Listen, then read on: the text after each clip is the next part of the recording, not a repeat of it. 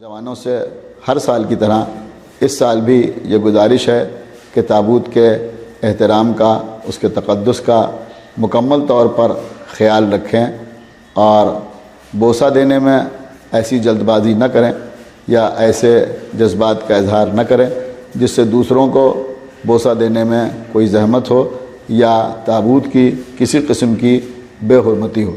اس لیے کہ تاریخ گواہ ہے کہ قوموں پر جو عذاب آیا ہے وہ بے عملی کی وجہ سے نہیں، بے ادبی کی وجہ سے آیا ہے۔ لہٰذا چونکہ ہم شیعہ ہیں، لہٰذا ہمارا فریضہ ہے کہ ہم اس بات کا مکمل طور پر خیال رکھیں۔ میں بزرگوں سے بھی گزارش کروں گا کہ وہ اپنے بچوں کو ضرور اس سلسلے میں ہدایت کریں، انہیں سمجھائیں کہ وہ تابوت پہ چلیں تو دور سے بھی بوسہ دے سکتے ہیں۔